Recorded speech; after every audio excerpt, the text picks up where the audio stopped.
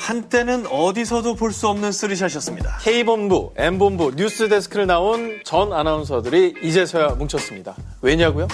풀이가 되고 나니 배는 게 없는 거죠. 뉴스에선 전혀 다루지 않는, 아니 다룰 일이 없는 현직 아나운서들은 격 떨어져서 말하지 않는 뉴스. 하지만 너무 궁금해서 미칠 것 같은 특종만 터뜨립니다. 입으로 터는 놈 전현무, 머리 쓰는 놈 오상준, 몸으로 캐는 놈 한석준, 풀이한 남자들의 풀이한 특급 뉴스 전무, 후무, 한 특종 랭킹 풀이한 실프. 5월 11일 수요일 오후 4시, 밤 11시 OTBN에서 첫 방송됩니다. 안녕하십니까. 역사를 읽어주는 남자 설민석입니다. 여러분들 임진왜란 다들 알고 계시죠? 임진왜란이 승리할 수 있었던 이유가 뭘까요?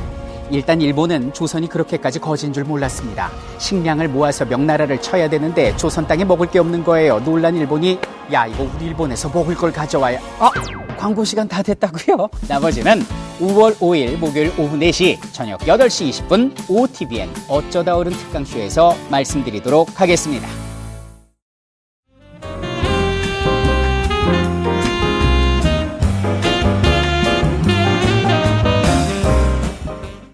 지구과학에 대해서 알아보고 있습니다. 네. 이런 걸 알게 될 줄이야. 그러니까. 근데 너무 상세하게 설명해 주셔서 저 또 듣다가 궁금한 게 하나 있는데 근데 행성이 기초 지식이 없는 제 입장에 생각했을 때는 마치 그냥 찰흙을 동그라미로 빚어서 그냥 딱 단단하게 하나로 만들어도 되는데 내핵, 외핵 그리고 그 위에 지표면 이렇게 판들이 따로 대류를 일으키면서 움직여야 되는 이유가 있어요? 이렇게. 네네. 그거는, 그러니까 처음에 행성이 만들어지는 과정에서 애들이 뭉치면서 뜨거워졌거든요. 태양이 초기에 뜨거워질 때랑 비슷해요. 중력 수축을 하거든요. 먼지들이 모여서 행성이 만들어지는 과정에서 말하자면 질량 중심으로 떨어져 내리고 있는 거예요. 뭉치는 것 자체가. 그렇잖아요. 막 쏟아져 내리는 거잖아요. 그래서 처음엔 뜨거웠어요. 불덩어리였을 거예요. 지각도 뜨거웠을 거예요, 아마. 거의 다 녹아있는 상태였을 텐데 걔가 식어가는 과정인 거고 사실 화성이라든가 달이라든가 이렇게 작은 애들은 이미 다 식었어요. 그렇죠? 완전히 그래서 속이 거의 뭐 액체 상태의 핵은 없을 거다라고 생각을 하는데 지구는 이제 액체 상태가 있는 이유가 아직 덜 식은 거는 아니고 지난번에 말씀드린 것처럼 방사성 원소 때문에 여전히 뜨거운 거죠. 그러니까 식어가는 과정에 있는 거예요. 지금 그럼 이거 행성마다도 지진이라는 게 아예 안 발생하는 행성도 그렇죠. 안 있겠네요? 발생하는 애들이 더 많을 나이가 정말 많으면. 그렇구나. 그렇죠. 다른 금 지진이 없겠네. 그렇죠. 너무 신비롭다. 지진이 거의 없죠. 그렇겠구나. 근데 이제 다른 이제 골로 가야겠네. 충돌하는 거. 아니되구나. 왜 하느님은 다 식은 다음에 만들지 않고 식기 전에 인간을 만들었습니다. 좀 안정적으로 바뀐 다음에 만들었습니다. 그거 최 사장님이 말씀해 주신 거 아닙니까? 다음 시간에. 지각판이라는 게 그런 게 일종의 커다란 쟁반 같은 것들이 둥둥둥 떠다니면서 어떤 건 그 쟁반이 다른 쟁반 밑으로 막 타고 들어가기도 하고. 네, 맞아요. 적절하다. 어떤 거는 쟁반 길이 이렇게 옆으로 찍찍찍찍 걸리기도 하고. 또 가벼운 쟁반 두 개가 부딪히면 자기네끼리 찌글찌글해지면서 높아지는데 이제 히말라야 산맥이 인도판이 사실 이렇게 유라시아판을 밀면서 이렇게 만들어지거든요. 이런 것도 나타나고. 그리고 그 쟁반이 움직이게 하는 그 힘이 멘틀의 대류. 멘틀이다. 멘틀은 고체다. 근데 이제 지구적 스케일로, 천문학적 스케일로 보면은 분명히 움직이고 있다. 그럼 멘틀은 왜 움직여야 되느냐? 아직 뜨거워서. 아직 뜨겁고, 이제 외핵 부분이 굉장히 뜨겁거든요. 그래서 이제 거긴 거의 태양 온도에 비슷할 거라고 봐요. 4,500도에도 6,000도 가까이 된다고 보는데, 거기서 이제 뜨거워진 멘틀 덩어리가 위로 올라와서 대류하면서 식어서 내는 이제 플룸이라고 하는 게, 지금 제가 하는 어떤 키워드들은 그냥 구글 검색하면 다 나와요. 플룸. 그걸 보시면 훨씬 쉬운데, 플룸설 해갖고 멘틀이 이제 대류하고 있는 형태들이 나타나게 됩니다. 뽀글뽀글 끓는 이미지? 우리 멘틀이라니. 근데 액체가 아니니까. 않고, 끓진 않고 오히려 뜨거운 물을 부었을 때 뭐 녹차를 내린다든가 할 때 그 뜨거운 물 확 붓는 순간 막 대류해서 움직이는 게 보이잖아요. 네네네. 약간 그런 이미지. 그거를 굉장히 느리게 바꿔놓은 이미지는 그런 것 같아요. 알겠습니다. 사실 많은 분들이 그 최 사장님한테 지저세계에 대해서 해달라 하지 않았습니까? 예, 지저세계. 근데 오늘 다 끝난 것 같아요, 해명이. 지저세계에 대해서. 아니에요. 지저세 빨리 준비해가지고 이게 뭐가 잘못됐는지 얘기해드리겠습니다. 근데 이제 그 판구조론이 미완성 이론이기는 해요. 이게 잘못됐다라기보다는 뭐든지 이제 이론이 모든 걸 설명할 수는 없거든요. 그래서 그거를 간단하게 좀 말씀을 드리면 이제 특징은 대륙이 지구 표면에서 수평으로 이동한다는 걸 밝힌 게 판구조론이죠. 판으로 이루어져 있으니까. 그리고 그 판의 이동 형태는 깡 선생님이 너무 잘 말씀해 주셨고 그리고 판구조론의 특징 중 또 하나는 많은 사람들이 오랜 시간에 걸쳐서 완성을 했어요. 이제 만류 인력은 뉴턴이, 뭐 상대성 이론은 아인슈타인이, 뭐 양자론은 플랑크부터 시작해서 닐스 보어 뭐 이런 식으로 어떤 천재들, 굵직굵직한 천재들이 한 거에 비해서 그런데 정말 이건 집단지성인 거죠. 많은 관측들이 네. 그래서 만들어진 어떤 한두 천재에 의한 비약적 발전과는 다른데 이게 오늘날의 어떤 판구조론은 지구 표면 부근에 있는 많은 여러 현상들 있잖아요. 그걸 거의 다 이제 통일적으로 정합적으로 설명할 수 있는 유일한 모델이에요. 해구가 왜 형성되는지, 히말라야 산맥이 왜 만들어졌는지, 지진과 화산과 분포가 왜 그렇게 되는지, 그리고 이제 지금 좀 있으면 설명할 그 캘리포니아의 어떤 그 지진 왜 나타났는지 이런 것들도 다 설명을 할 수가 있거든요. 근데 이제 미완성인 것 중에 하나가 아까 말씀드린 것처럼 판은 원래 해령에서 솟아나와가지고 해구에서 침강을 해야 돼요. 그렇죠? 근데 판마다 그럼 솟아오는 데가 있어야 돼요. 네. 근데 필리핀판이라고 이제 거대판은 아니고 일본이 원래는 유라시아판이랑 태평양판이 만나는 곳에 있었다라고 생각을 했는데 지금은 필리핀판이 그 아래쪽에 있다고 봐요. 그러니까 세 개의 판이 만나는 데가 일본이에요. 아, 그래. 네, 그렇게 지금은 설명하는데 네. 필리핀판은 어디서 솟아오는지는 모르겠어요. 아직까지는. 그 밑에 그럼 그 지저세계가 지저세계에서 위로 올리고 있는 거예요. 아우 좁다 올라가자. 그 뚜껑을 딱 따면 지저세계가 딱 있는 거예요 거기만. 안녕? 간접 공사하고 이제 계십니까? 알았구나. 아, 근데 그거는 뭐 이게 설명이 없어요? 어떤 관측이 덜 된 걸 수도 있고 어쩌면 더 크게 봐서 큰 눈으로 봐서 아까 남극은 전부 다 만들어지는 데만 있지 들어가는 데가 없다고 했잖아요. 그래서 남극판 전체가 커지고 있거든요. 그냥 판의 크기가 유지되는 게 아니라 판 자체가 커지고 있어요. 그래서 전체적으로 다른 판들을 위로 미는 걸 수도 있죠. 어쩌면. 이거 제 생각이에요. 그냥. 그죠? 공간이 일정한데 어디서 나와서 들어가는 게 없고 계속 밀기만 하더라. 그럼 그 판은 어디서 나오고 있냐? 나오는 게 없고 남극이 넓어지고 있는 거다. 이렇게 생각하면 좀 이해가 되는 것 같아요. 그러니까 생각해보면 우리는 뭔가 깔끔하게 맞아요. 지구 표면에 접시들이 잘게 있을 것 같지만 실제로 접시들이 막 쌓이고 막 그럴 수도 있는 그렇죠. 거고. 그럴 수 있는 복잡할 거고 테니까. 하나의 접시가 계속 커지고 있어. 지가. 그러면서 다른 접시들을 막 밀고 있을 수도 있는 거죠. 그리고 이제 아까 말씀드린 것처럼 남극판의 경계가 대부분 해령이에요. 그래서 전체 10%밖에 안 되는 데가 그 수렴 경계, 그 침강하건가 보존입니다. 그것도 이상하고. 그래서 실제로 남극판이 계속 커지고 있어서 100만 년 동안 프랑스 크기 정도의 비율로 커지고 있어요. 그러니까 100만 년이 또 지나면 프랑스가 하나 더 생기는 거예요. 100만 년. 네, 남극판에서. 그러면 뭐 우리 죽을 때까지는 뭐 큰 문제는 없겠네요. 그렇죠. 네. 그렇습니다. 그렇긴 한데 이제 지구 나이 어떤 우주적 스케일로 보면 굉장히 빠르게 커지고 있는 거잖아요. 1억 년만 지나면 지금의 몇 배야? 100배 되는 거잖아요. 100배가 아니고 프랑스 100개가 생겨나요. 그때쯤 되면 이제 땅값이 다 오르겠군요. 그러니까. 근데 남극은 누구도 이제 소유권을 주장할 수 없게 되죠. 남극에 투자해야 되겠네. 자연적으로 증식할 테니까. 부질없다. 아, 그러네. 땅이 커지네. 맞아. 가만히 놔두면 영생할 커져. 것처럼. 아무튼 오래 그렇고 살아야겠다. 네, 그렇습니다. 그러면 일단 여기까지 과학적인 이론이었고 이제 실질적인 이야기들 좀 할게요. 지진학의 역사를 바꿨었던 지진이 이제 두 가지가 있어요. 네. 1906년에 있었던 이제 샌프란시스코 대지진이 있었고 1960년에 칠레 대지진이 있었어요. 그 외에 우리한테 익숙한 거는 그 유럽 애들한테 유럽 분들한테 익숙한 거는 1755년에 리스본에서 엄청난 대지진이 있었거든요. 리스본은 다 아세요 혹시? 네. 그 대항해 시대를 하면 알게 되는 포르투갈의 네. 수도. 아, 네, 그래요? 아, 대항해 시대를 하면 리스본을 사랑할 수밖에 없습니다. 부루마블해도 알잖아요. 아, 그렇구나. 네. 네. 거기서 1755년에 엄청난 지진이 있었고 거의 도시 자체가 소멸하다시피 했다가 완전히 새로 그런 도시 계획을 해갖고 싹 바꿔서 이제 새로 세워진 게 지금의 리스본이에요. 그것도 이제 궁금하신 분 찾아보면 되는데 오늘 다루지는 않을 거고 우리한테 익숙한 건 또 1923년에 이제 관동지 지진. 그때 네. 일본 잔인했죠. 사실 되게 잔인하게 네. 그 당시 조선인들에게 그 뒤집어 씌우고 독을 푼다 막. 근데 이번 지진 때도 뭐 그런 루머가 퍼진다고 얘기하는데. 네. 아, 독을 풀었다고요? 네. 근데 우물이 어디 있을 것이며 이렇게 생각하더라고요. 자기 주변에 정말로 그 일본에 계신 분들한테 들은 얘기인데 당연히 일본 사람들 다 안 믿는데요. 악성 그런 이야기들을 하는 사람들이 혐한 사람들이 있고 우리도 사실 혐일들이 있잖아요. 그렇지. 그런 거인 거고. 우리가 막 그런 거에 막 아주 작은 건데 막 주목해가지고 띄우고 그랬겠지. 우리 모두가 다 같이 가갖고 막 다시 그거 그 한두 개를 보고서 다 잘 죽었다는지 이런 것들은 좀 지양하는 게 좋지 않을까 싶어요. 사실 정말 그 기일부가 하는 거고. 아무튼 그 관동지진도 있지만 어떤 지진학의 역사에 있어서 중요한 1906년의 샌프란시스코 대지진을 잠깐 설명드리겠습니다. 1906년 4월 18일 오전 5시 12분. 그러니까 1906년이니까 대주기동설이 아직도 제대로 밝혀지기 전인 한참 전이죠. 가설조차 나오기 전인 거예요.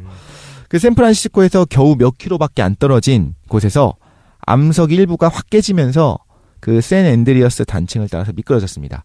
이것도 샌 앤드리어스 단층을 검색해 보시면 정말 신기해요. 이거는 바다에 있지가 않아요. 그래서 드러나 있어요. 땅에. 센 안까지만 치면 자동 나와요? 그게 돼요. 네. 땅이 그냥 한글로 경계가 치나요? 확 있어요. 쩐다. 이게 뭐냐면은 농구 경기가 나와요. 그냥 지구가 터진 것 같아요. 어? 지구가 빵 터져가지고 그걸 꼬매놓은 것 같아요. 샌 안드레아스 이거 그 게임 아닙니까? GTA. 그러네. GTA. 샌 안드레아스 지층? 지층. 단층.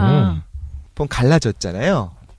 신기하다. 신기해. 얘는 뭐냐면 지금 우리 항공 사진을 진짜 봤을 때 영화 같네. 그쵸. 영화 속에 그 땅이 갈라진 장면. 왼쪽은 태평양판이에요. 오른쪽은 아메리카판이에요. 아, 그래. 그래서 왼쪽 판은 어디로 움직이었냐면 이 대지진이 일어났을 때 1906년에 어떤 일이 일어났냐면 그러니까 역사적으로 계속적으로 거기서 일어났겠죠. 조금씩 계속적으로.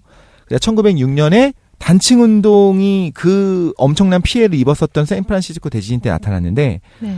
그 거의 모든 지역의 지표면에서 남쪽의 샌후안에서부터 북쪽 포인트 어리나까지 거의 모든 지역의 지표면에서 단층으로 인해서 틈이 확 생겼어요. 그 순간에. 그게 지층이 영구적으로 확 이동을 했어요. 지층 자체가 이제 끊어진 거 단층이 생긴 거죠. 네. 근데 서쪽에 있는 태평양판은 동쪽에 있었던 북아메리카판에 비해서 상대적으로 서북쪽으로 이동을 한 거예요. 지금 그 그림을 보고 계신 거예요. 원래 그 전에도 있었고 근데 이때 1906년에 최대 6m가 움직였어요. 아이고. 계속적으로 쌓이다가 스트레스가 한번 빡 하고 터지면서 이 부분은 그러니까 수렴 경계도 아니고 발산 경계도 아니고 보존 경계로서 네. 옆으로 비껴 지나간 거죠. 그렇구만. 그러니까 빵을 잡아 뜯는데 약간 이렇게 대각선 형태로 쫙 찢은 거네요.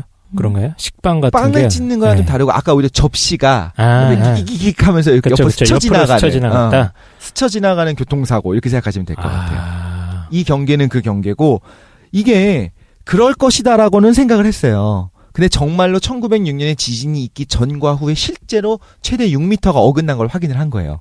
아, 그때는 몰랐지만. 생각은 했지만 직접 증거는 아니었던 거죠. 그런 것 같아. 끊어져 있는 단층을 보니까 계속적으로 이렇게 이동을 해왔던 것 같아.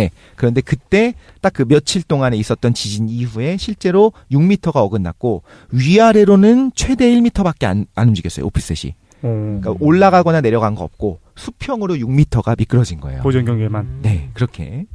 그래서 이제 이때 결정적으로 아까 처음에 얘기했었던 것처럼 지진으로 인해서 단층이 생기는 게 아니라 단층이 생기는 그 운동 때문에 지진이 발생한다고 할 수 있었던 이제 역사적인 어떤 지진인 거죠, 이게. 경험적 자료가 됐군요. 네. 그래서 단층의 양쪽에서 다 반대 방향으로 작용하는 힘이 있어서 지층이 변형되다가 어느 한계점이 이르면 지층이 깨지면서 원래 상태로 되돌아올 때 축적된 에너지가 확 방출한다. 이게 탄성 반발설이거든요. 탄성 때문에 이렇게 팍 하고 깨지면서 반발한다. 이렇게. 이게 멘틀 깊은 곳에서 아주 깊은 곳에서 발생한 지진을 제외하는 모든 지진에 얕은 지진에 다 적용이 되는 겁니다. 이 지진이. 네. 근데 이때 실제로 우리가 궁금한 건 어떤 피해가 있었는지도 사실 궁금하잖아요. 네. 그렇죠. 어떻게 됐었냐면 이때 그 진동이 샌프란시스코에서 이게 몇 킬로가 안 떨어졌어요. 이 단층 있는 데가. 샌 안드레아스 단층이. 그래서 이제 피해가 컸죠. 사실 1분 30초. 딱 본진이 1분 30초 정도밖에 안 돼요. 본진은 뭐냐면 진동이 한 번 오지 않고 이렇게 이럴 수 있잖아요. 네. 그럼 그 중에서 가장 심한 진동, 규모가 제일 큰 진동을 본진이라고 불러요. 그 뒤에 있었던 모든 진동을 이제 여진이라고 부르게 되거든요. 아하, 본진과 여진. 네. 근데 여기서는 본진이 딱 1분 30초밖에 안 됐어요. 그리고 모든 본진이 끝났고 그 다음에 이제 몇 달 동안 작은 규모의 여진이 조금씩 있었던 거거든요. 그 다음에 이제 과거의 지진이 다 그런데 60초에 이제 본진이 있었는데 그때 견고한 암석 위에 있는 건물들은 비교적 멀쩡했는데 집안이 막 견고하지 않았던 거 있잖아요. 걔네들은 이제 많이 파괴가 된 거죠. 흔들흔들 거리는 과정에서 그 동시다발적으로 불이 막 나고 목조 가옥들 불이 나? 불이 이제 동시다발적으로 나죠. 왜? 뭐 가스불을 켜놓은 걸 수도 있었을 거고 뭐 그 초가 넘어지면서 불이 나는 것도 있고 근데 문제는 그 불이 나도 이따가 좀 설명할 기회가 있는지 모르겠지만 생각보다 불이 빨리 퍼지지는 않아요. 뛰어서도 도망이 가능해요. 지진 났을 때 이제 불이 하나가 나면 그러니까 갑자기 이 스튜디오를 못 빠져나가는 게 문제가 되는 거지 저 옆 건물에서 불이 났는데 우리가 뛰어 도망가는 걸 불가능할 정도로 빨리 퍼지진 않거든요. 불이 퍼지는 속도가. 근데 문제는 동시다발적으로 전체가 불이 난 거예요. 도시 전체에서 여기저기에서. 그러니까 이제 소방 활동이 불가능한 거죠. 그래서 이제 이거 어떻게 진압을 하려고 했냐면 실제로 소방관들이 다이너마이트를 막 터뜨려요. 불이 나려면 세 가지가 필요해요. 그 3요소가 산소. 산소, 탈 것, 그리고 발화점 이상의 온도. 뜨거워야 되고 탈 게 있어야 되고 산소가 있어야 되는데 자연 생활에서 배운 것 같아. 그렇죠. 자연 생활이요? 자연 생활. 슬기로운 생활. 슬기로운 생활. 다이너마이트를 확 하고 터뜨리는 순간에 산소를 제거하는 거예요. 그 순간에 확 그 근처에 산소를 싹 없애버리는 거예요. 예전에 이제 유전 같은데 불이 났을 때도 폭탄을 터뜨려서 순간적으로 일시적으로 산소를 없애기도 해요. 그리고 탈 걸 없애는 거는 산불이 났을 때 어떤 경계선을 맞불. 중심으로 통제 가능한 맞불을 놓기도 하고, 맞불은 보통 안 놓는데 나무를 베버려요. 언제적 사람이야? 여기까지는 불이 나도 되고 이 네. 이후는 못하게 하는 어떤 그 경계를, 가상의 경계를 우리가 설정을 하고 나무를 얼른 싹 베버려. 그래서 이 앞부분은 타더라도 뒷부분은 못 가게. 근데 바람이 세게 불면 이제 불길이 이제 붙으면 이제 망하는 거죠. 이런 식으로 하는데 이때도 당시에 막 건물 무너뜨리고 다이너마이트 터뜨려서 그 힘으로 그 산소도 제거하려고 하고 정확히 어떻게 하려고 했는지 모르겠어요. 그렇게 진압하려고 했는데 소용이 없어서 결국 샌프란시스코 중심가 전체가 거의 전 지역이 다 화재로 불이 났고 18일에 불이 나기 시작했는데 지진이 일어났는데 21일까지 불길이 마지막까지 잡혔습니다. 그래서 지진과 화재로 도시의 80%가 파괴되고 이재민이 20만 명, 사망자는 3,000명. 근데 진짜 이제 컸구나. 그쵸, 엄청 컸죠. 그냥 도시가 없어졌으니까. 근데 지진 때문인지 화재 때문인지 구분이 좀 안 가요. 그래서 이거를 샌프란시스코 대화재라고도 부르고요. 이 단층이 당시에 430km가 찢어졌어요. 그러니까 끼익하면서 이제 옆으로 갈라진 게 위아래로 430km의 덩어리들이 움직인 거고. 서울, 부산만큼 찢어진 거야? 그렇죠. 그만큼이 최대 6m까지 움직인 거죠. 쩐다. 그 순간에. 그래서 이제 눈으로 본 거예요. 그때 이제 스탠퍼드 대학이 뭐 15년 차, 설립 15년 차고 막 확장하고 있었대. 거기도 새로 지은 건물이 다 무너지고 막 그랬다고 하더라고요.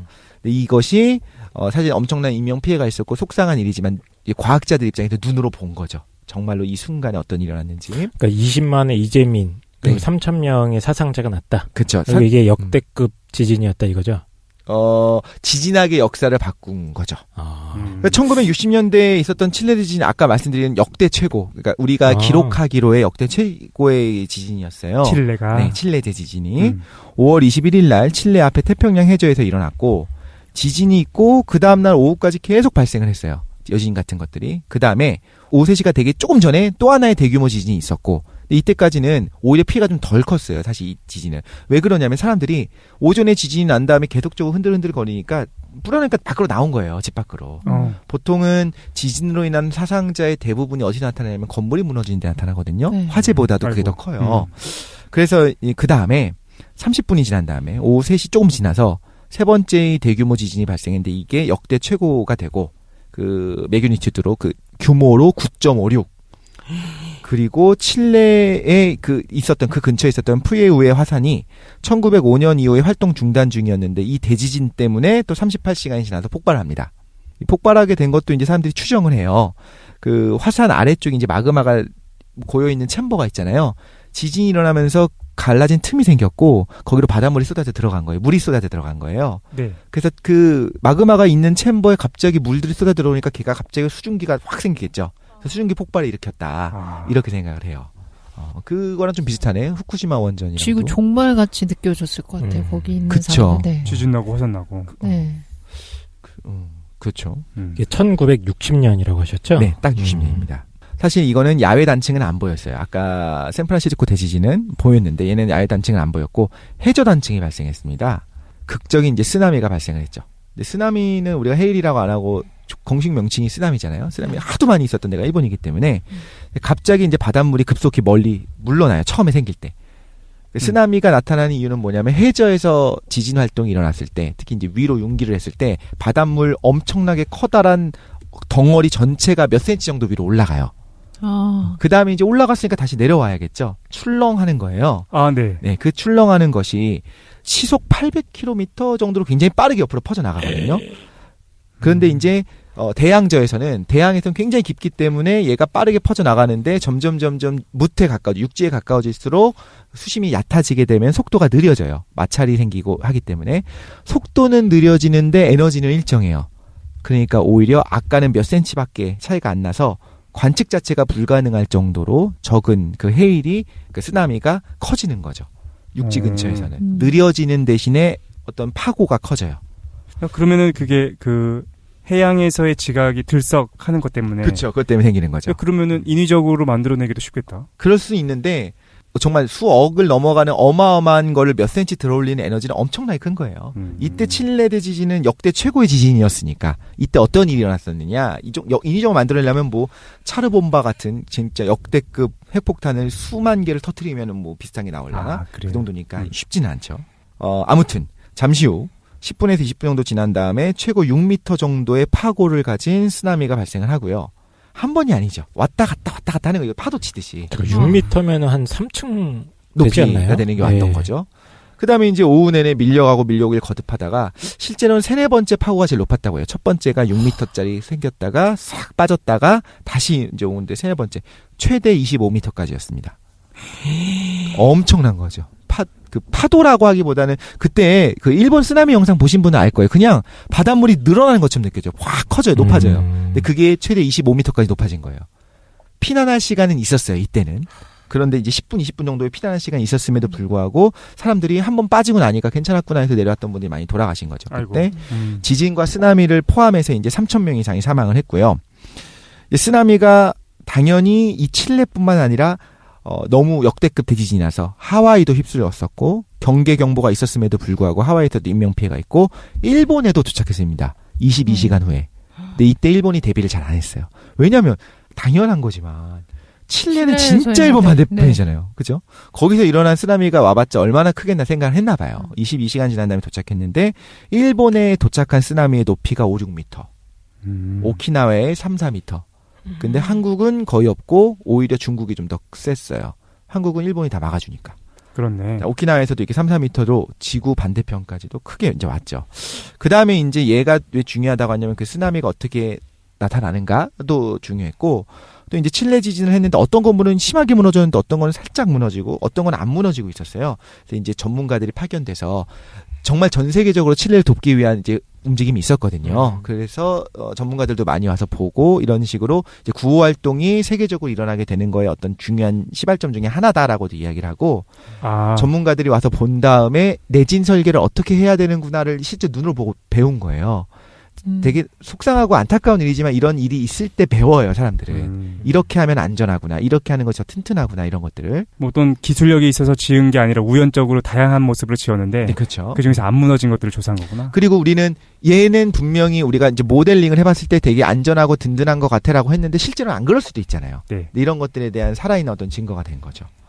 그리고 칠레 대지진으로 이것 좀 어려운데 지구의 자유진동을 관측을 처음으로 했어요. 그러니까 지구가 하나의 강체잖아요. 그렇다면 어떻게 생각하는 거냐면 쇠공같이 생각하시면 돼요. 쇠공 혹은 종이다라고 생각하시면 돼요. 종. 예, 그럼 종의 표면을 살짝 두드리면 그게 쭉 퍼져나가겠죠. 그 진동이. 그거가 지진파가 이제 퍼져나가는 형태인 거예요. 근데 종을 세게 땡 하고 치면 땡 하면서 이렇게 퍼져나가잖아요. 이렇게.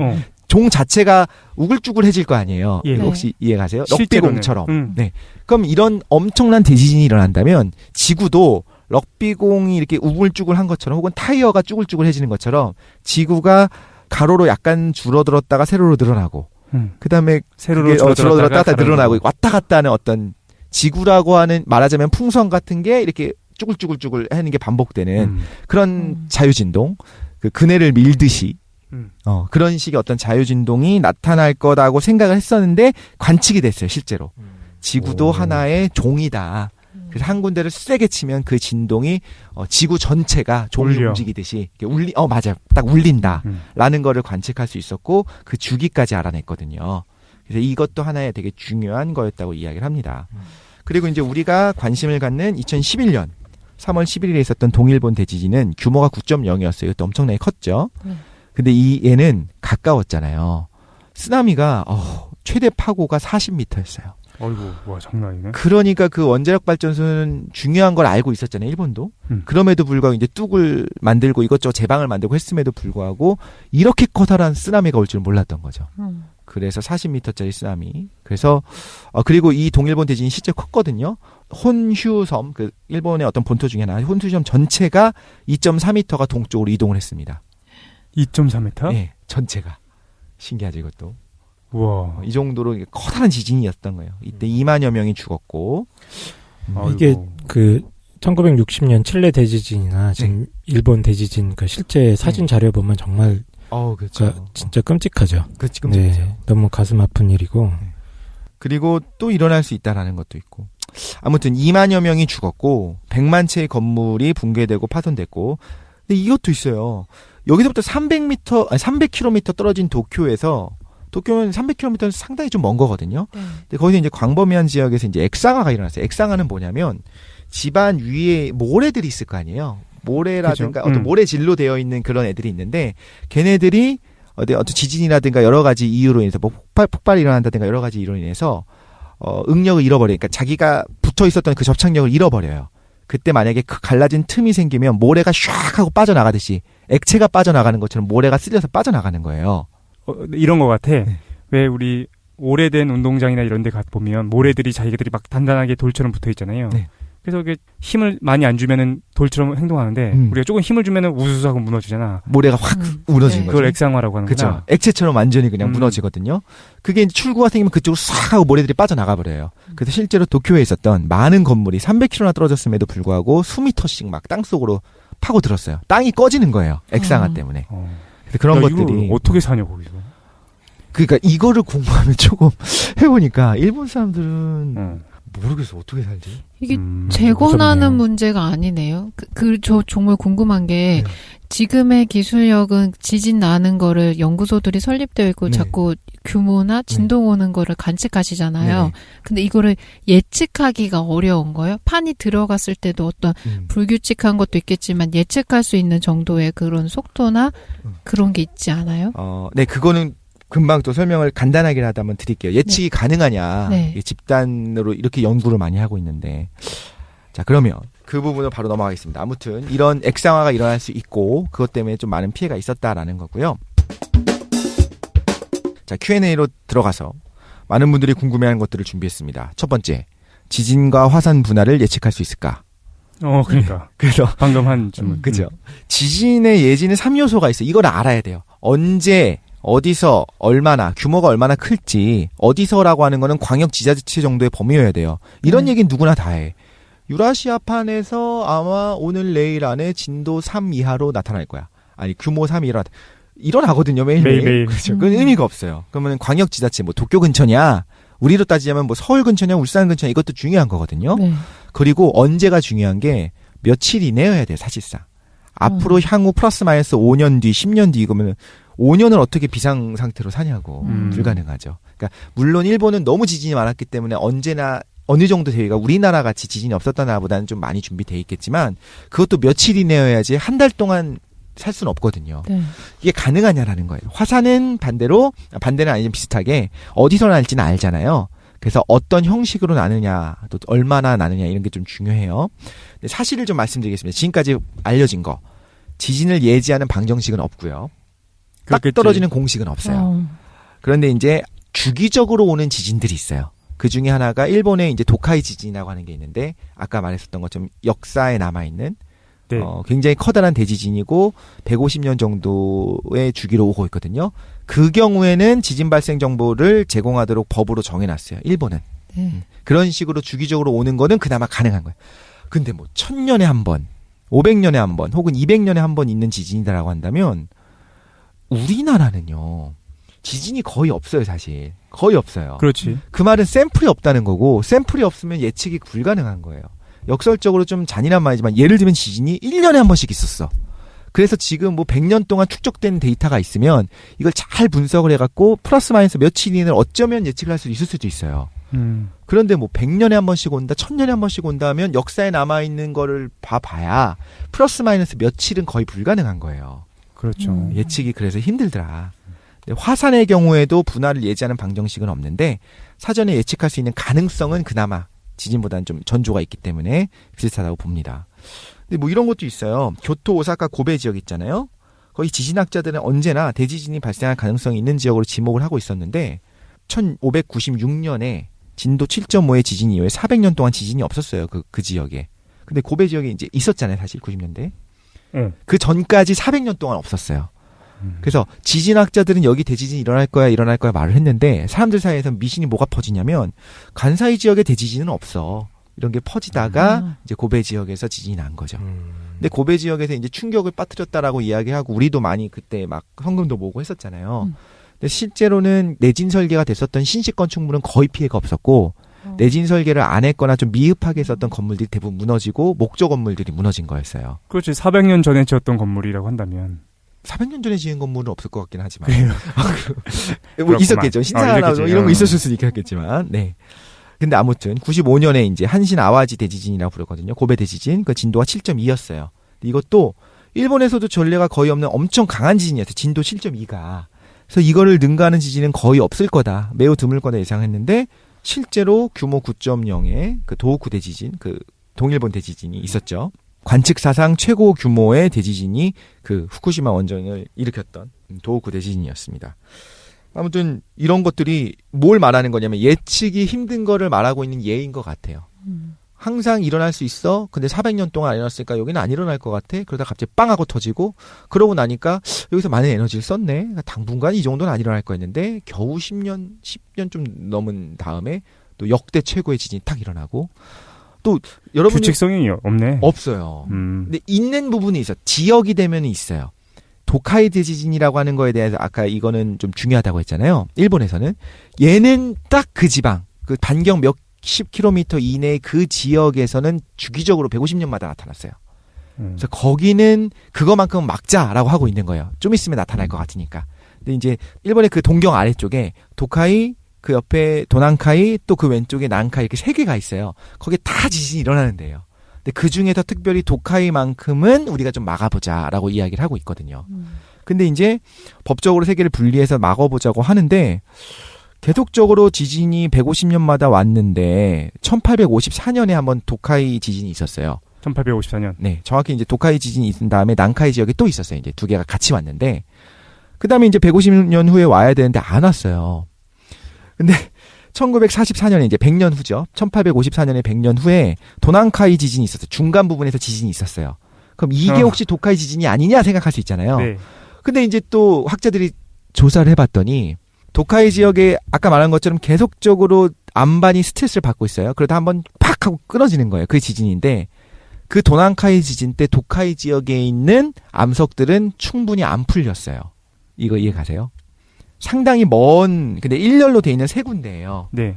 아까 샌 안드리아스 같은 경우에는 뭐 650km가 확 어긋나갔다고 했잖아요. 그런 것처럼 이렇게 일렬로 돼 있는 거예요. 근데 얘는 샌 안드리아스는 보존 경계니까 옆으로 싹 미끄러지는 거라면 얘는 아래로 파고드는 거란 말이죠. 근데 이제 세 군데의 포인트가 있어요. 그 중에서 가운데 포인트에서 지금 과거에 지진이 있은 후 100년 뒤에 지진이 일어났는데 그 지진이 일어날 때 옆에서 딸려서 그냥 같이 쓱 들어가서 스트레스가 풀렸으면 좋았겠다 싶은데 안 풀린 거예요. 지금 도카이는. 그래서 얘는 또 지진이 일어날 수 있는 거죠. 그때 풀렸으면 좋았는데 안 풀렸으니까. 그래서 그게 이제 플러스 마이너스 10년 안에 올 것 같다. 당장 내일 올 수도 있다. 그런 식으로 이제 이야기를 하고 있는 거고 이거에 대해서 이제 여러 가지로 예측하려고 노력을 하고 있는데 그럼에도 불구하고 예측이 불가능하다. 이건 역설적으로 지진을 플러스 마이너스 뭐 20년, 30년 예측은 가능할 수도 있는데 뭐 내일 모레 이거는 불가능하다라는 거죠. 날씨도 뭐 예측 못하는 거고. 네. 그리고 이제 활성 단층 얘기를 제가 잠깐 했었는데 이것도 기사에 많이 나오니까 활성 단층은 뭐냐면 단층이 이제 뭔지 알았죠. 단층이라는 게 만들어지는 순간에 지진이 나타나는 거예요. 그러면 2억 년 전에 있었던 단층은 별로 중요하지 않아요. 그 이후에 지진이 안 일어났다면. 네. 그때는 스트레스를 받았겠지만 이제 그 암석이 지금 스트레스 안 받는 거예요. 그런데 만약에 최근 지질 시대, 신생대의 사기라고 하는 이제 최근 지질 시대에서 있었던 흔적이 있더라라고 하면은 최근 200만 년 전 이내에 있는 거거든요. 그거는 얼마 전에 지진이 일어났었던 거고 그 200만 년 전에 힘을 받았던 애가 반복적으로 힘을 받았던 흔적이 있으면 지금도 힘을 받고 있을 가능성이 높겠죠. 이런 것들을 활성단층이라고 불러요. 그럼 활성단층이 한국에 있는 한반도 저 땅속 깊숙한 곳에 있느냐 없느냐가 중요한 거예요. 근데 사실 고베 대지진 때는 고베 아래쪽 깊숙한 집안에 활성단층이 있는지 몰랐어요. 당연하지. 저 단층이 있는 건 저 아래쪽이고 우리가 사는 건 그 한참 위에 살고 있으니까 안 보이면 모르는 거거든요. 그런데 이제 고베 대지진이 난 다음에 저 아래쪽에 사실 활성단층이 있었구나라는 걸 알게 되고 그 다음에 이제 재난을 통해서 좀 배워가는 것들이 있는데 한국도 활성단층이 있다라는 주장들이 있거든요. 그리고 아까 처음에 말씀드린 것처럼 활성단층에서 별로 멀리 떨어지지 않은 곳에 옛날엔 안전한 줄 알고 원자력 발전소들을 좀 지어놨다. 한국에서는 발생하더라도 뭐 규모 9, 막 8 이렇게 크게는 발생하지 않을 가능성은 높죠. 문제는 우리 건물들은 내진 설계가 잘 안 돼 있는 거예요. 그러니까. 그래서 우리나라 같은 경우에는 규모 5, 6 정도만 돼도 무너질 수가 있거든요. 이런 위험한 것들이 좀 있을 수 있다라고 하는 거죠. 제가 준비해온 거는 이런 거. 지진에서 제일 무서운 게 뭐냐. 또 흔들리는 순간에 어떻게 하면 우리가 살아남을 수 있냐. 쓰나미가 닥쳤을 때 뛰면 도망갈 수 있냐. 그러니까. 이 정도가 좀 궁금할 것 같아서 좀 준비했거든요. 네. 지진에서 제일 무서운 거는 보통 이제 화재라고 생각하는 경우도 있고 건물 무너지는 거 생각할 수 있는데 실제로는 화재로 인한 소사자가 고베 대지진 때 12.2% 정도밖에 안 됐고 물론 많은데 화재보다 오히려 건물 붕괴로 인한 압사, 직실사가 83%였어요. 그럴 것 같아. 진짜 무서울 것 같아. 대처할 수가 없으니까. 그래서 건물 붕괴로 인한 압사, 진실사가 이제 좀 위험하기 때문에 우리가 어떻게 행동해야 되는지를 이따 이야기할 때 좀 같이 말씀을 드릴게요. 근데 이제 화재가 연소해 가는 속도는 생각보다 느려요. 빵하고 뭐 폭발이 일어나지 않는 이상 옆 건물에서 혹은 옆에 집에서 불이 났네 그럼 내가 반대로 뛰면 살 수는 있어요. 이제 속도가 시속 20에서 30m. 시속. 느리죠. 걸어가도 살 수 있는 거예요. 근데 이제 문제는 회오리가 갑자기 발생하는 경우에는 순식간에 그냥 사람들이 그 불 회오리에 휘말릴 수도 있긴 한데 화재를 조심해야 되긴 하는데 아무튼 화재가 무서운 거는 지진이 나면 동시다발적으로 나타나기 때문에 소방력이 못 따라가는 게 문제인 거고 건물이 더 무섭더라. 뭐 어떡할 거야. 건물이 무서운데 우리가 뭐 어떻게 할 수 있는 방법이 없잖아요. 그죠? 그러면 지금 막 흔들린다. 혹은 이제 여행 가는 분들이 있잖아요. 일본을 포함해서 뭐 칠레 쪽도 여행 갈 수 있고 네. 그쪽에서 흔들리면 어떻게 할 것이냐. 제가 본 책에서에 있는 포인트들을 좀 정리한 걸 말씀을 드릴게요. 일단 첫 번째는 이겁니다.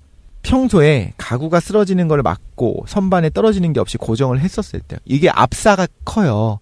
건장한 성인 남성이면은 사실 장롱 같은 게 넘어져도 다치겠지만 이제 밀고 나올 수 있는데 좀 이제 어린아이들이라든가 여성분들 같은 경우는 장롱이 쓰러지고 그 안에 갇혔을 때 못 나올 수도 있거든요. 네. 그래서 쓰러지지 않게 이제 고정을 해야 된다고 하죠. 이게 평소에 해야 되는 거고. 두 번째 이제 당장 흔들린다. 그럼 탁자 밑으로 숨습니다. 떨어지는 거로 머리 다치는 걸 막아야 되니까. 그래서 떨어지는 걸 막기 위해 탁자 밑으로 숨고 또 5개로 막 나갈 필요는 없고 오히려 5개로 나가게 되면 이제 구조물을 주의해야 된다라고 얘기를 하더라고요. 일단은 당장 흔들리기 시작할 때 이건 일본 기준일 수도 있어요. 일본 학자가 쓴 책이었습니다. 또 공동주택의 경우에는 현관문을 열어야 된대요. 열어서 경로를 확보를 해놔야 된다고. 현관문을 빨리. 근데 맞는 것 같아. 문이 찌그러지면 문이 안 열리잖아요. 불이 나는데 문이 찌그러져 있는 상태가 되면 망하니까 빨리 문을 열고 도망을 가라 이렇게 얘기하더라고요. 그리고 불을 너무 빨리 끄려고 하지는 말라고 했어요. 불 끄는 거에 막 해갖고 막 뭐가 쏟아지고 있고 위험하고 막 잘못하면 내가 화상 입을 수 있는 상황인데 뭐 가스불을 끄기 위해서 뭘 끄기 위해서 너무 막 이렇게 할 필요는 없고 그건 좀 천천히 해도 된다. 화상은 조심해야 되고 또 상점이나 번화가 같은 데는 이제 낙하물이 많거든요. 네. 그런 데서 이제 관광을 갔을 때는 막 위에서 막 간판 떨어지고 할 수 있잖아요. 그럴 때는 낙하물이랑 붕괴하는 건물에 유의를 좀 하고 길 한복판에 있지 말고 딱 봤을 때 신식 건물 있잖아요. 내진 설계가 돼 있는 것 같은 건물로 들어가는 게 더 안전하다. 차라리. 네. 항상 당연히 가방으로 머리를 보호하면서 이동을 해야 되고 그 지하도가 지진에 기본적으로 강하게 만들어 놓은데요. 그래서 지하도로 가면 되고 당황하지 말고 정전이 되더라도 이제 패닉에 빠지는 게 문제인데 지하도에서 설령 화재가 나더라도 몇 분 정도의 여유는 있다는 거예요. 근데 패닉에 빠져서 이제 물론 집단이 패닉에 빠지면 문제가 되는데 좀 이제 침착할 수만 있으면 가능성은 있다. 이렇게 이야기를 하고요. 자동차 운행 중에 만약에 큰 지진이 나면 펑크난 것처럼 느껴진대요. 막 흔들리고. 그때 이제 길 옆에 차를 세우고 주위를 확인하고 이제 피난이 만약에 필요한 지역이다. 뭐 예를 들면 그 해안가다. 쓰나미 올 수 있잖아요. 그럴 땐 빨리 이제 세우고 도망을 가라고 하고요. 근데 내진 설계가 안 된 건물이면 파괴 가능성이 있기 때문에 이거는 항상 염두에 두라는데 이거 뭘 말하는 건지 모르겠어. 그럼 죽을 각오를 하라는 건가? 그래서 이제 신식 건물이 좀 좋다. 내진 설계가 돼 있으니까 이런 얘기를 하고 엘리베이터는 쓰면 안 됩니다. 만약에 엘리베이터 타고 가는데 흔들린다 싶으면 막 스위치를 아무거나 막 눌러야 돼. 모든 층을. 그래서 쓰는 대로 바로 나가야 돼요. 엘리베이터는 위험할 수 있고 내진 설계가 안 된 건물이 많으면 곧장 건물 밖으로 나가는 게 또 낫대요. 그러니까 일본 기준이었던 거고 사실은 다른 나라에서 했을 때는 여기서도 그 얘기를 하더라고요. 저자가 속상하게도 일본이 아닌 다른 나라에 지진이 많이 일어나는 나라는 그저께 내진 설계가 믿을 만하지 못할 수 있기 때문에 나가는 게 낫다. 차라리 이야기하고 바다라면 쓰나미가 올 거다라는 걸 생각해야 되고 계곡이면 토석류 저 위쪽에서 막 이게 쏟아져 내려오는 거죠. 그 바위덩어리 같은 포함한 이런 게. 또 산기슭은 암벽도 붕괴하고 산사태도 가능성이 있기 때문에 이런 게 일단 벌어지면 끝입니다. 그래서 큰 진동이 느껴지면 그러니까 지진이 일어났어. 그다음에 이제 몇 분 안에 닥칠 수 있으니까 빨리 도망을 가야 된다. 해변이면 육지 높은 데로, 계곡이면 제방 위로 이런 식으로. 그리고 이제 뛰면 쓰나미로부터 도망갈 수 있을까가 문제가 되는데 뛰는 속도보다는 무조건 훨씬 빠르다고 해요. 느려도 쓰나미 그렇겠지. 그 속도가 느려도 아무리 느려도 초당 수십 미터 그리고 빠르면 시속 800km까지. 근데 이제 당연히 육지 근처로 오게 되면은 느려지기는 해요. 그래도 천천히 와봤자 소형 비행기 정도 속도다. 도망은 못 가요. 그러면 이제 높은 곳으로 올라가야 되고 물이 왔을 때 콘크리트 건물에 이제 옥상 같은 데로 이동을 해야 되는 거죠. 근데 쓰나미의 주기가 수분에서 수십 분이거든요. 그러니까 몇 시간 동안 계속 왔다 갔다 하는 거예요. 물이 왔다가 빠졌다 왔다 빠졌다. 그러고 1파 첫 번째 오는 파도보다 두 번째 파도가 더 큰 경우도 많거든요. 그래서 안심하지 말고 계속 그 위에서 안전한 곳에서 기다려야 된다라고 이야기를 하고요. 그리고 해안에서 흔들림이 만약에 느껴졌으면 이거 지진 맞나 이게 궁금하기도 하고 우리가 하잖아요. 근데 P파, S파가 먼저 도착하기 때문에 일단 진동이 먼저 와요. 그럼 그 이후에 쓰나미가 올 거라고 가정하고 빨리 일단은 높은 곳으로 도망을 가야 된다는 거죠. 예전에 해운대 그런 뭐 영화 같은 거 봐도 높은 데로 올라가야 되는 거 있잖아요. 그래서 이제 지진 발생 후 수분 후부터 30분까지 나타나고 그 칠레 지진 때 22시간 후에 오기도 했기 때문에 그다음에 이제 빨리 라디오로 정보를 들어야겠죠. 그리고 동물 행동이 막 이상하게 변하더라. 이걸 예측이 가능하냐 하는 분들도 있거든요. 근데 이것도 결론은 안 된다 했어요. 일본 같은 경우엔 지진이 발생할 때 막 메기가 그 전부터 땅에서 막 날뛴다느니 꿩과 닭이 소란을 부리고 그러니까. 개가 짖고 쥐가 고양이가 나오고. 겁먹고 식물 수액이 막 형태가 변하고 막 이런 얘기를 하는데 하늘이 열리고 죄수들이 풀려나는. 잠깐만 그만해. 어디서 많이 듣던 건데. 성경하실 거. 근데 지진의 전조를 느낀 동물이 이상한 행동을 취할 수 있거든요. 네. 근데 문제는 그 이상 행동을 포착해서 이게 지진이구나라고 해석하는 거는 결국엔 불가능하다라는 거예요. 그 데이터가 너무 적어서. 네, 그러면 이 정도로 해서 저희가 그냥 몇 가지 훑어봤어요. 근데 지진에 대한 어떤 정보들을 우리가 기사라든가 뉴스 정보를 보고서 이게 무슨 의미구나라고 알아내는 데만 좀 주력하는 걸로 준비를 한번 해봤습니다. 이불 밖은 위험합니다. 이불 속으로 이불을 가지고 탁자 밑으로 들어가서 숨는 것이 가장 안전합니다. 그렇네요. 내진 설계가 된 대로. 네. 알겠습니다. 어쨌든 근데 시적절한 것 같아. 왜냐면 지진에 대해서 막연한 공포가 있기도 하고 또 막연한 안심도 하기도 하는데 적절히 외국 사례는 어떤지 그 원리는 어떤지 그리고 한국에선 또 어떻게 해야 되는지에 대한 얘기를 같이 들을 수 있어가지고 마무리해야죠. 그죠? 간단하게 15초씩 어떻게 들으셨는지 얘기한 다음에 오늘 마무리하도록 하겠습니다. 어떠셨습니까? 일단 저는 부동산 투자가 얼마나 의미가 없는가. 남극 괜찮아요. 거기 괜찮습니까? 네네, 저랑 같이 한번 가서 노른자 땅 중심으로 보고 한 평 사면 100만 년 후에 뭐 1.5평에 돼 있고. 그러니까 이렇게. 그리고 이제 쭉 들으면서 제일 무서운 게 역시 그 통제가 안 되잖아요. 이게 제일 무서운 것 같아요.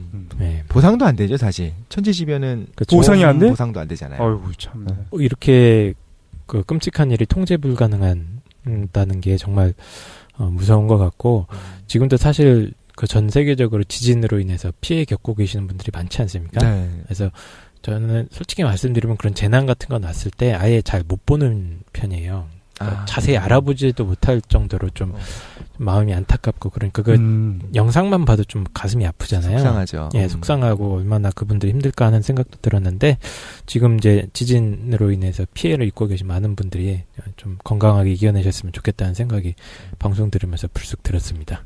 저는 그런 얘기를 하는 분들이 많아요. 지금 계속적으로 며칠 새 여기저기서 지진이 일어나지 않냐? 그러면 이제 그 환태평양 지진대에서 뭐 불의 고리가 활성화된 거 아니냐? 동시다발적으로 뭐 터져 나오는 거 아니냐라고 얘기하는데 적어도 지금까지는 많은 과학자들이 그거는 이제 연관이 없다. 너무 거리가 멀고 언제든 터질 수 있는 것이 우연히 이렇게 겹쳐 나간 거다. 여기서 일어났던 지진 때문에 근처에 있는 화산이 폭발할 수는 있어요. 그래서 여기서 있었던 지진 때문에 20km, 30km 떨어진 지점 혹은 뭐 100km 정도 떨어진 지점에서의 지진이 활성화될 수는 있는데 그 암석도 안 그래도 자기도 스트레스 받고 있었는데 옆에서 툭툭 건드려주면 팍 하고 터질 수 있잖아요. 그래서 이런 것들은 가능한데 막 수백 킬로 떨어진 곳, 수천 킬로미터 떨어진 곳에 있었던 것들은 연관성은 없다라고 이야기하거든요. 그 부분은 우리가 좀 신뢰할 수도 있을 것 같고 저는 그때 한번 말씀을 드렸던 것 같은데 그 태국에 있었을 때 딱 도착했을 때 며칠 후에 그 쓰나미가 있었어요. 그래요? 네. 그 인도양에 됐었던 쓰나미. 맞아. 그래서 태국에서도 많은 분들이 돌아가셨고, 뭐 인도네시아 쪽에는 최대 거의 30만 명 가까이 그때 돌아가셨다고 이런 이야기가 있었었거든요. 그 어촌 마을을 덮쳤는데 쓰나미가 콘크리트로 된 건물은 서 있고 나무로 된 건물은 이제 싹 사라졌어요. 그때 저도 갔었었는데 팡가만이라고 그 태국에 있는 그쪽 안쪽에 갔었어요. 그때 그거 보면서 쓰나미가 되게 무섭구나라는 것도 느꼈고 여러분도 아마 많은 분들이 느꼈을 텐데 허무해져요. 이게 뭐지라는 생각이 들어요. 그냥 한두 명, 뭐 1,000명, 2,000명 죽은 게 아니라 얘기로 듣기로 태국에서만 몇만 명 이상 한국 관광객들도 죽었었죠. 세계적으로 몇십만 명이 죽었다고 하면은 이게 무슨 의미가 있는 건가? 그러니까 어떤 의미가 있지라고, 그러니까 생에 대한 어떤 부정적인 의미가 아니라 의미를 찾게 되거든요. 그런 부분에 있어서 제가 봤었던 다큐멘터리의 마지막 부분에 이런 얘기가 나왔었던 것 같아요. 우리는 되게 어머니 지구, 인자한 어머니 지구가 우리를 이렇게 감싸 안아준 곳에 그런 데서 살고 있다고 생각하는데 전혀 그렇지 않고 진짜 그냥 활동하고 있는 좀 무시무시한 겉에 표면에 진짜 아까 시루떡 그 표면에 그게 묻어 있는 것처럼 콩고물이 묻어 있는 것처럼 이렇게 살고 있는 것뿐이다. 이런 생각을 하면 약간 겸손해지는 느낌 그런 게 좀 있는 것 같아서 그렇군요. 의미가 있는 것 같습니다. 김도희는? 네, 저도 잘 들었어요. 지진 하면은 크게 와닿지는 않거든요. 그러니까 해외에서 이슈될 때 확인하게 되고 정말 무섭겠다 이렇게 생각하게 되는 거지. 네. 근데 한국에 살면서 지진이라는 걸 그렇게 체감하기가 어렵잖아요. 지금 오늘 설명해 주시는 거를 들으면서 이렇게 상상하기도 했었는데 그 상황에 처했을 때는 당장 생존하는 것도 불가능한 상황인데 생존하고 나서도 죽을 때까지도 그 공포에서 벗어나기가 힘들겠다라는 생각이 들었어요. 그래요. 그래서 오늘 이불 밖은 위험해. 네. 가볍고 재미있게 가려고 했는데 처음부터 저 처음에 지진 얘기 나왔을 때 뭔가 막 재밌을 것 같은데 점점 가면 현실에 대한 얘기를 들으면 현실 얘기가 좀 무섭죠. 그치, 그 네. 피해보신 분들이 많기 때문에 걱정도 되고 그런 시간을 보냈습니다. 이렇게 무거운 얘기 말고 다음 시간부터 계속 재밌는 얘기가 준비되어 있으니까 뭐야? 얼마나 더 위험한 게 있는지 한번 차차 알아보는